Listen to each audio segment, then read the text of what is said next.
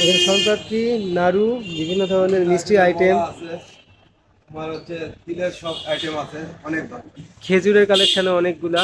দেন এখানে যে মধু, বিভিন্ন হানি বরফি নাটস, আছে, বরফি সেরকম। এগুলো হচ্ছে সন্দেশ সন্দেশ। সন্দেশ আমার মতে নওগাঁতে আপনি প্রথম যে এতগুলো আইটেম নিয়ে আসছেন। এভরিওয়ান, আজকে আমি চলে এসেছি নওগাঁ ফ্রুটস অ্যান্ড কনফেকশনারিতে। আর এখানে দেখতে পাচ্ছেন যে অনেক কালেকশন আছে, হিউজ কালেকশন।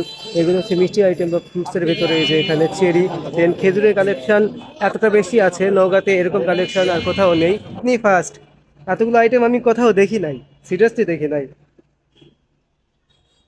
আর এখানে বেশ কিছু দেখতে পাচ্ছেন খেজুরের কালেকশন, যদিও আমি একটা নাম ওইভাবে বলতে পারবো না, কিন্তু আপনারা হয়তো বা বুঝতে পারছেন যে এগুলো কি টাইপের।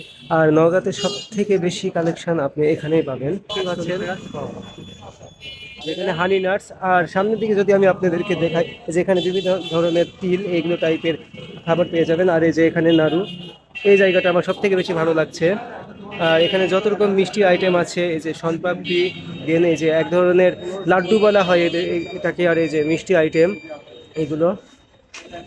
আর এই যে এটা হচ্ছে সন্দেশ সম্ভবত, যেটা সত্যি অসাধারণ লাগছে আমার, অনেক বেশি ভালো লাগছে। আর এই যে এখানে মধুর কালেকশন, দেন হানি নাটস, দেন এখানে কাজু বাদাম।